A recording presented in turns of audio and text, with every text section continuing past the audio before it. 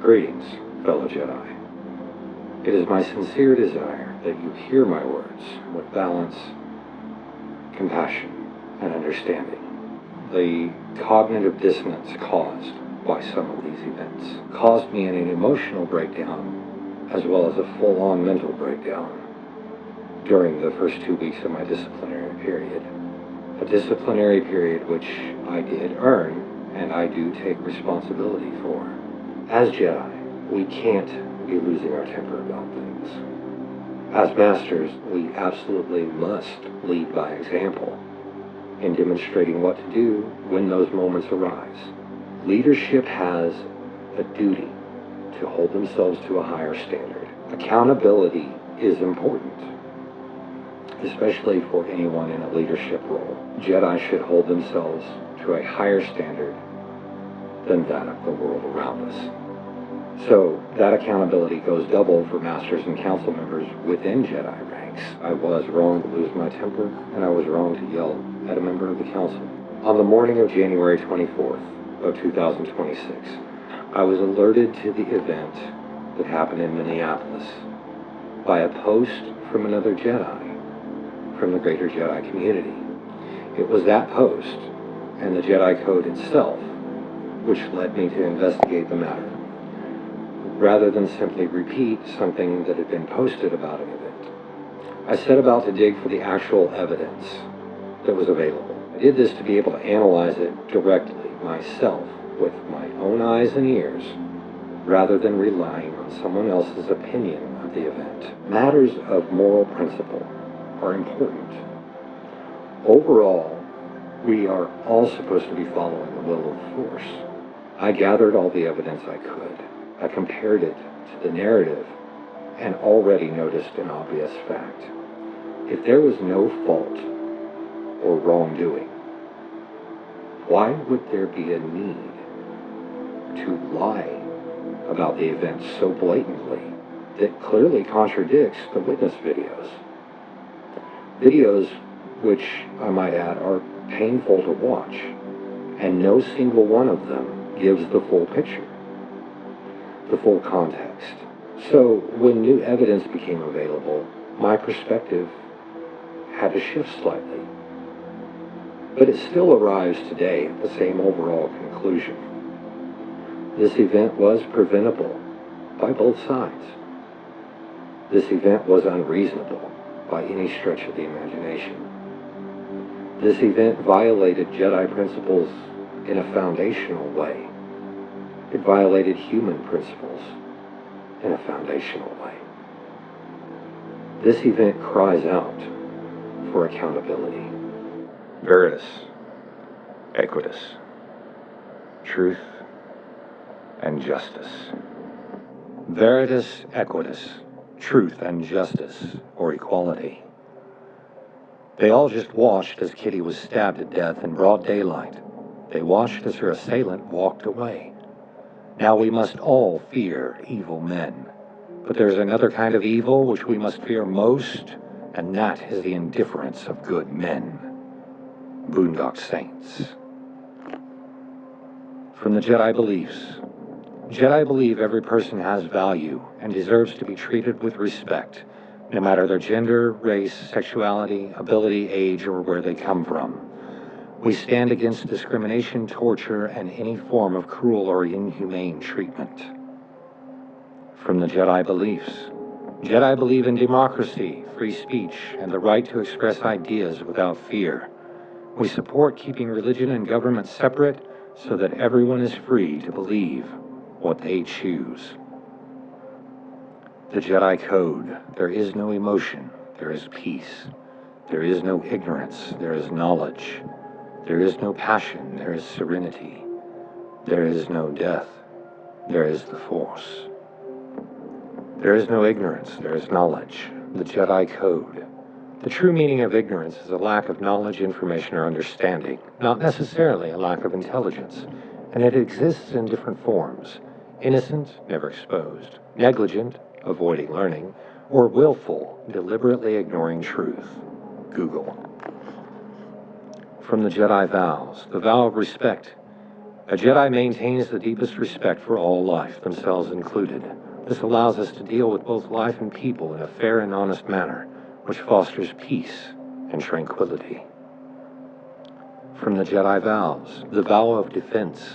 A Jedi is sworn to defense, the defense of themselves, of others, and of ideals. We do not sit idly by when others are threatened. The mandate of the Jedi is to act appropriately in accordance with the law and in defense of those who cannot defend themselves and to protect the sanctity of life. From the Jedi vows, the vow of political balance. A Jedi may hold personal political views, yet does not engage in political extremism, radicalization, or actions that undermine balance and mutual respect. A Jedi rejects political conduct rooted in hatred, coercion, or dehumanization, choosing instead restraint, discernment, and responsibility in all civic participation.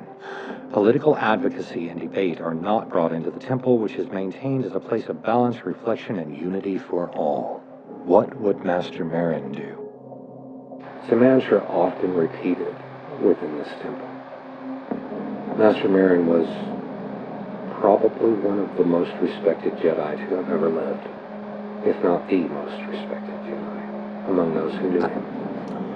In previous times in my path, when I've hit a wall like this, where things could not make sense no matter how much I tried to rationalize them, Master Merrin always knew what to say, even if that answer was uncomfortable.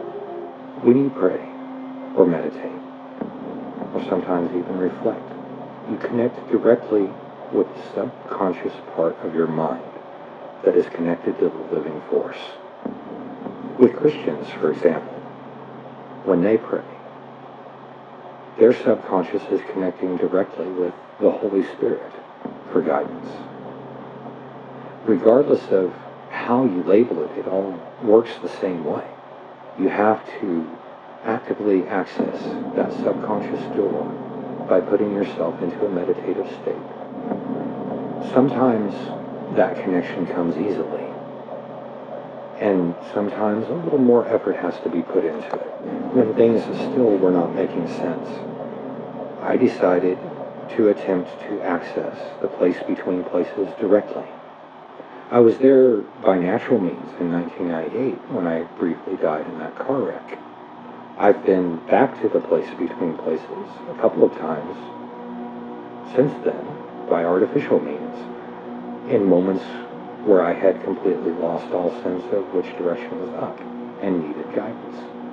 I finally decided to try what I refer to as an isolation meditative state by filling a bathtub with hot water and salt, turning off all light, and playing a 963 hertz meditation track to help guide my conscious mind through that unconscious gateway to the place between places. I drifted a while before finally making it through that portal, which appeared in my vision, not my mind's eye, my vision behind my eyelids, as roughly this shape, pulsing dark blue, getting brighter as it slowly engulfed my field of vision. But when I did finally make it through, I finally gained clarity. And initially, I didn't like the answer that I got. For the words the Force requires me to say, to do the things the Force is guiding me to do. It meant letting go of status. And as Jedi, that's an important lesson to learn anyway.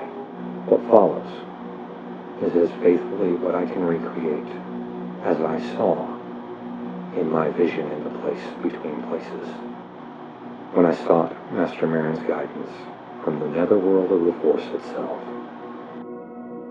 Master, I need help.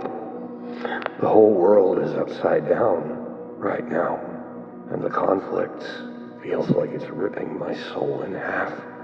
You always knew what to tell me when I needed to know what to do. You always knew the right thing to say. I miss talking to you in moments when I needed guidance. And I'm sorry that I wasn't there for you when you needed me. You gotta quit blaming yourself for that. I didn't tell anybody how sick I was. You're here now, and that's what matters. And I miss talking to you too, Bubba. But I'm always with you, and all our brothers and sisters through the living force. You don't need me to tell you. What you already know in your heart is right. The Force is already guiding you that way. Jedi gotta stand for what we believe in. We bring hope where there is none. Remember? Jedi can't let fear silence us. You know, I even spoke out about the camps the first time around. Come on, Kip. We've got a lot of work to do. I understand now. I serve the living Force, like my Master Merrin before me. Like Master Qui-Gon from the mythos. I have a duty, as a Jedi Master, to follow the will of the Force, and to uphold our beliefs and vows and oath. And in being the Jedi I once was, and still am, I'm not perfect, but I do make progress to be better than I was yesterday. My heart is pure. My intent is in line with the Jedi path.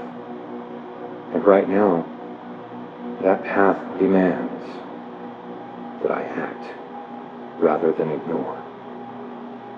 That I speak rather than remain silent out of fear of reprisal or fear of offense. Master Merrin spoke out, perhaps more tactfully than I usually do.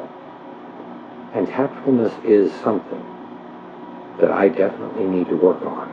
We as Jedi have a duty to be a voice for those who have been silenced by oppression and abuse of authority. We as Jedi have a duty to not sit idly by when we see these abuses, but to speak out about them. We as Jedi have a duty, even when these abuses are committed in the arena of politics, to speak and provide hope where there is none. We shouldn't go looking for bandwagons to hop on, and we certainly shouldn't be getting involved in the political division. But we can speak out against injustices and inhumanities without getting entangled in the politics of them, and calling for people to put aside their differences, to put aside their political ideals, and come together in unity to uphold the rights, liberties, and value of life for all.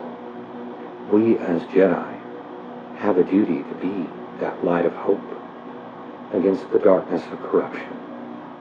If something happens that requires you to uphold our beliefs, our code, our oath, and our vows, remember to do so from a perspective of objectivity and balance. Research the facts before forming an opinion. If you see something happening, as a Jedi, you have a duty to uphold the vow of defense, but have the temperance to observe, record if possible, and report to the proper authorities, rather than getting involved directly, and especially rather than interfering with or obstructing. Exercise your rights, but understand what those rights actually mean, and do so with moderation and balance. When you interfere directly or obstruct, you not only damage your credibility, but you also break the law yourself.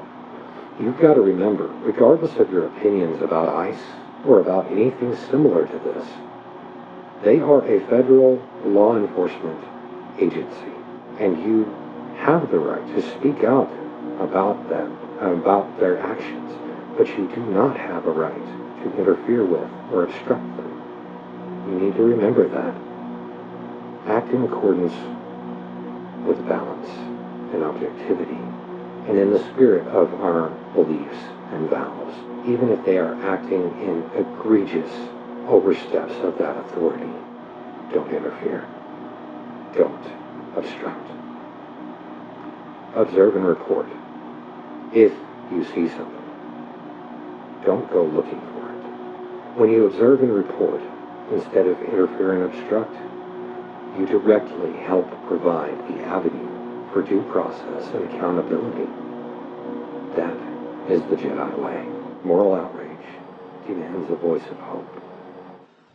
In keeping with the spirit of our beliefs and our vows, especially on the importance of equality and rights and the sanctity of human life, I felt compelled by my conscience, my intuition, and by the Force to speak out in the events of January 24th in Minneapolis and any connected offenses of oversteps of authority. The way I went about this initially, I should have been a little more tactful. So this version of events, hopefully, will be a more balanced and objective view. The key details are that regardless of intent that we can't know, the suspect, who was just a little over a mile from where he lived, appeared to have been directing traffic out of a congested area where Border Patrol had mobilized that morning. That two women shouted something from the sidewalk and side of the road near the donut shop as the agents were passing by, and that one agent stepped out of his path to violently shove the first woman, and the suspect stepped in between them after the agent engaged with that first woman. Again, not questioning her, not detaining her, not arresting her. Assaulting still can't be obstructing, but context does matter. After that first engagement, the agents continued down the street where the second woman had also shouted something, and that agent stepped out of his path again to violently shove her to the ground, at which point the suspect stepped in between the agent and the second woman being assaulted. The suspect reached down and asked if she was okay, and tried to help her up. When the agent re-engaged, macing both of them, it is admittedly hard to follow the events after that, especially if all you watched to base your opinion on was the one video. Because you have to actually see the different angles shown by the multiple witness videos to get the full picture. In the chaos after the macing, it's unclear as to whether the woman was hanging on to the suspect or the suspect was hanging on to the woman as the agents were dragging him away, or if it was both. But I do know that when you get maced in the face, it is disorienting. And it's no excuse. It's just an objective observation. It was chaos. But after being maced, the suspect was dragged into the street with a total of 6 agents engaging with him, beating him, kicking him, and bludgeoning him in the head with what appears to be mace or a bear spray canister. Initially, I thought it was a pistol. It looked like he was being pistol whipped. But on closer inspection and from a different angle, it's clear that it was a can of mace or bear spray. During the conflict, his hands never went near his weapon, which was at about his right kidney, in a holster in his waistband. But a 7th agent, the one in the gray coat, came around the group, reached in and disarmed the suspect, and immediately turned and exited the scene with the weapon clearly in hand. That the agent immediately behind the suspect, who appears to be the one who started the whole conflict in the first place, was looking directly at the suspect's firearm as the agent in gray removed it from the scene, and still drew his own firearm at that point, and took a step back and fired his weapon anyway into the now disarmed suspect. When you look for the clearer video of that, the clearer angles of that, you can clearly see that agent's arm recoil with that first audible gunshot. It wasn't the SIG going off on its own, and although the sound of the gunshot is milliseconds after the recoil of the agent's arm, you have to remember this angle of video, this one that clearly shows that, was taken at a distance, zoomed in, and light travels faster than sound. Watching multiple angles of the video, you can see all of this clearly.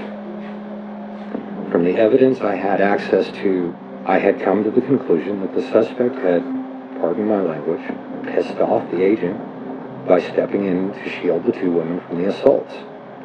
had been dragged away, beaten, disarmed, and then shot dead. No due process. In the initial days of the aftermath of this incident, I was hasty to label it an execution, and some of you are going to argue that. Some of you are of the opinion that it was an execution. Some of you are of the opinion that it was murder. There are things you need to consider, and in the interest of being fair and balanced in our perspectives, you need to understand those things. This wasn't an execution by the strictest sense, and it wasn't even murder by the strictest sense, because usually murder requires premeditation. That being said, it was still a wrongful death and a wrongful use of lethal force, but we do have to be fair and take into consideration the context. That first agent who fired the first shot clearly saw the firearm leave the scene and made a decision to shoot anyway. A total of at least 3 times that you can see clearly in the aforementioned zoomed in and slowed down video. And then at least one other agent that we know of also drew and fired their weapons. That is contagious gunfire. In the grand scheme of things, this whole event demands accountability. We can't know what their intent was, but we do know in a situation where shots have been fired, the natural reaction results in contagious gunfire. The primary responsibility, from my perspective, is that that first agent should bear the brunt of the accountability for this event, not only for instigating it by assaulting the 2 women, but by seeing the firearm clear the scene and deciding to shoot anyway. The agents who also joined in should have some responsibility, but secondary responsibility. It is something that we cannot, as a society, allow to continue or escalate. There has to be accountability. That being said, I've adjusted my perspective. I've stopped calling it an execution or even a murder. But it is, at least, negligent homicide. It is a situation that could have been prevented by both sides if the suspect had observed and reported rather than interfering. If the officers, agents in question, had more training or exercised that training, this could have been prevented. And it must be prevented in the future. My conscience, my moral center, my intuitions, things which we teach are guidance from the Force, would not allow me to sit idly by after I noticed the other Jedi's post about it. When I made my initial videos speaking out about the incident, I did so following the Jedi beliefs and vows, as I'm about to outline. But I wasn't emotionally balanced. I was still in shock, and I should have waited and approached it with more tact. Hopefully, the way I explained it in the previous segment helps to understand how I should have approached it in the first place.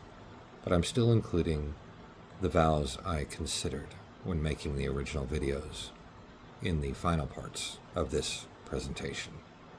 In upholding the vow of industry, I did so from a place of sincerity as a Jedi, upholding our code, our beliefs, teachings, vows, and oath. And in the same spirit of the Jedi whom I have been for the last 20 plus years, I refused to be complacent, apathetic, or idle in this matter. In upholding the vow of political balance, I spoke from a perspective of political neutrality, stating multiple times in several videos and in several comments and posts that both sides need to put their politics aside and instead look at the humanity or lack of humanity in these events. That the political divide, the us versus them mentality, was ripping this country apart. That these events like this transcend the politics, and it doesn't matter what your political ideals are. This transcends those, and those differences need to be put aside so that we can ensure due process and accountability and prevent further incidents like this from becoming the norm. In upholding the Jedi Code and the vow of humility, instead of relying solely on my own intuition, I sought as much knowledge about the event as I could, rather than remaining ignorant about it. I sought outside perspectives, objective, neutral perspectives, before bringing it to the council in the first place, or speaking out about it. In upholding the vow of contemplation, I spoke from a perspective of objectivity, having actually looked directly at the evidence available, including, at the time, 4 different angles of video, and now 6 different angles of video, with my own 2 eyes, rather than putting trust in someone else's opinion of the event, before speaking out about it. In upholding the vow of defense, and even in my emotionally charged state of shock over the event, I still spoke from a perspective of balance, urging people to follow the ideals of our vows and teachings, and to not turn a blind eye when they witness events, but instead to observe and report without getting directly involved. I urged people not to interfere or obstruct, and reminded people that if they did interfere or obstruct, they were, regardless of their motives, breaking the law. In upholding the vow of respect, I spoke from a perspective of concern, urging people to pay attention to what's going on, to look at the bigger picture, and to be safe in whatever course of action they take, to respect all of the lives lost in these conflicts, and to respect their own lives as well. In upholding the vow of restraint, I spoke from a perspective of responsibility as a citizen, calling for accountability and due process, rather than promoting more division and strife. I also urged people not to take the bait of that division and be restrained in their approach in these matters. And lastly, I spoke from the perspective of a former law enforcement officer when it came to justification or injustice of the use of lethal force. At the end of the day, there are going to be times for contemplation, and there are going to be times to act as Jedi. When there are things in the world in which we need to be a voice of hope, or we need to call for accountability, or we witness an event which requires us to follow our vows and fulfill our duties as Jedi, we need to remember even in those moments to do so from a place of balance, objectivity, and safety. May the Force be with you, always.